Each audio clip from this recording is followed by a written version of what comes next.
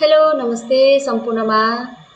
Welcome to my Education Zone YouTube channel or digital learning platform. सधैँ चाहिँ आज पनि हामी उपस्थित भइसकेका छौँ क्वेसन आन्सर सोलुसनको लागि र यदि तपाईँ यो च्यानलमा नयाँ हुनुहुन्छ भने मैले क्वेसन आन्सर सोलुसनको धेरै भिडियो बनाइसकेको छु। अगाडिको भिडियोहरू हेरिदिनु होला र अब पनि म तपाईहरुलाई मोडल क्वेसन अनि त्यसपछि ओल्ड क्वेसन्सहरु सोलुसन गरेर च्यानलमा राख्छु र तपाईले चाहिँ नयाँ अपडेटेड भिडियोजहरु आफ्नो च्यानलमा आइराखोस्, आफ्नो युट्युबमा आइराखोस् भन्नको लागि मेरो च्यानललाई सब्स्क्राइब गरिदिनु होला र शेयर पनि गरिदिनु होला। सुरु गरौँ आजको क्लास। आज हामी युनिट 4 सस्टेनेबल डेभलपमेन्टको एक्सरसाइजमा छौं र सस्टेनेबल डेभलपमेन्टमा क्वेशन नम्बर 1 मा छ मल्टिपल चोइस क्वेशन र ए मा छ report of which commission has defined sustainable development clearly. Brundtland. Question number B छ which aspect of sustainable development emphasise on social justice social.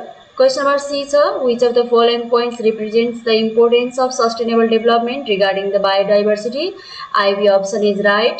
And question number D, which number among the goals of sustainable development the goal of biodiversity is related? That is third number option is right, number 15. Question number E, in the context of declining the snow of the Himalayas, which among the following points represents the main challenge to the sustainable agro management of the region? इसको answer हुन्छ third I option, drying of land due to less snowing. Question number F, so which strategy of community development is more suitable for Nepal for the impartial approach of every citizen in natural resources according to the principle of sustainable development regarding social justice? इसको answer हुन्छ first I option. Difference between development and sustainable development को development mainly focus on economic growth and infrastructure, but sustainable development focus on balance the economic growth with the environmental protection and social well-being. त्यसैगरी छ अर्को difference between development may cause environmental damage if unmanaged, but sustainable development protects the natural resources for the future generations. Short-term benefits are prioritized, but in sustainable development, long-term benefits are prioritized. त्यसैगरी छ अर्को difference between social and environmental aspect of sustainable development.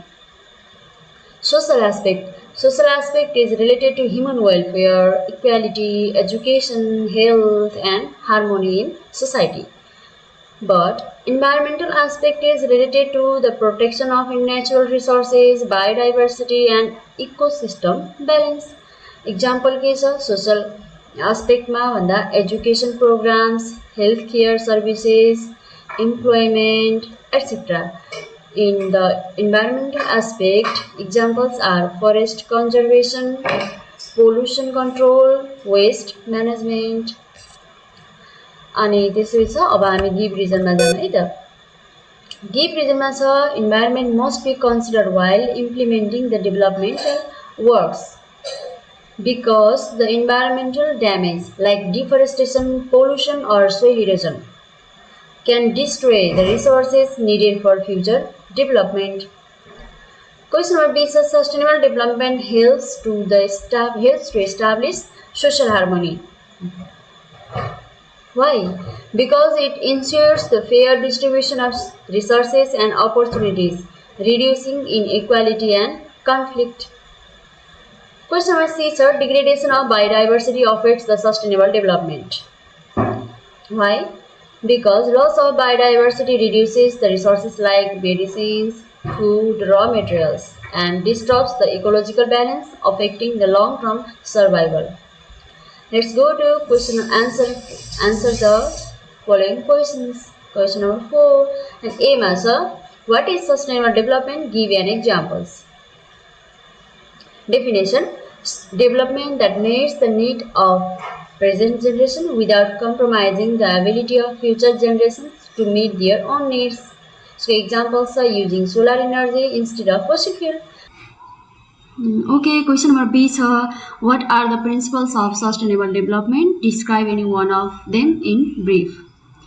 There are some principles of sustainable development, and first macha conservation of ecosystem, conservation of culture, development of sustainable society, preservation of biodiversity, control of population growth, community participation,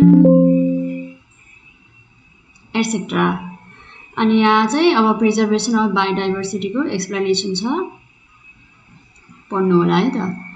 question number C छ skill human resource as a foundation as well as the structure of the sustainable development, clarify this statement on your own. यसले के भन्न खोजेको छ भने एउटा skill human main power छ अब त्यो चाहिँ फाउन्डेसन पनि हो र डिस्ट्रक्टर पनि हो, त्यसले बनाउने र बिगार्ने दुईटै काम गर्छ भनेको छ। त्यसले किन यस्तो किन भनेको क्वेसनले भन्दा फाउन्डेसन किन हो, skilled people use technology and knowledge to create innovations for progress, and destructor किन हो, the same skill can be misused for over exploitation of resources and environmental damage. Question number D said describe the importance of necessity of sustainable development for a balanced environment. Importance and necessity of sustainable development. Sustainable development किन चाहिन्छ त एउटा balance environment balance हुनको लागि sustainable development किन चाहिन्छ भनेको छ भने because sustainable development maintains the resource availability, reduces pollution, protects biodiversity and promotes the harmony between human and nature. Question number E is what is sustainable development goal? Illustrate the effort of Nepal to harness the goals of sustainable development. Q the SDGs is the global targets set by UN to end poverty, protect the planet and ensure prosperity by 2030. नेपालको effort के छ त Nepal effort renewable energy promotion, biodiversity conservation, community forestry, poverty reduction programmes. Let's go to question number F. If any road is being constructed in your town or village, give any 3 suggestions to the construction company for the sustainability of the road. के छ भन्दा आफ्नो सोसाइटीमा आफ्नो भिलेजमा चाहिँ एउटा road बन्दैछ हैन, त्यसको लागि सजेसन दिन पर्यो, कन्स्ट्रक्सन कम्पनीलाई सजेसन दिनु पर्यो भन्दा कस्तो सजेसन दिँदा ठिक हुन्छ भन्दा use eco friendly materials, avoid unnecessary deforestation, provide proper drainage and erosion control. Aspect of sustainable development. What are the aspects of sustainable development? Describe briefly the interrelationship between various aspects of sustainable development with a suitable Venn diagram. यहाँ हेर्नुस् त social economic र इन्भाइरोमेन्टललाई intersect गरेर एउटा sustainable डेभलपमेन्टको आस्पेक्टहरूलाई देखाएको छ। यसमा सोशलमा के छ, इकोनोमिकमा के छ, इन्भाइरोमेन्टलमा के छ त यसलाई चाहिँ हजुरले अलि फोकस गर्नु होला। यसको रिलेसनशिप के छ, all 3 are interconnected. Economic growth must support the society and protect the environment.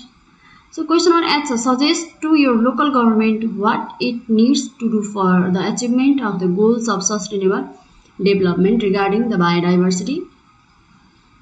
अब लोकल गभर्नमेन्टलाई चाहिँ सजेसन दिन पर्यो हो, के छ त भन्दा यसमा promote the community forestry, enforce the laws against poaching and illegal logging, support the awareness programmes about the biodiversity conservation. Okay, it's all finished. Thank you for watching. See you in next class. If you have any confusions, write in comment. Thank you. Bye bye. See you again.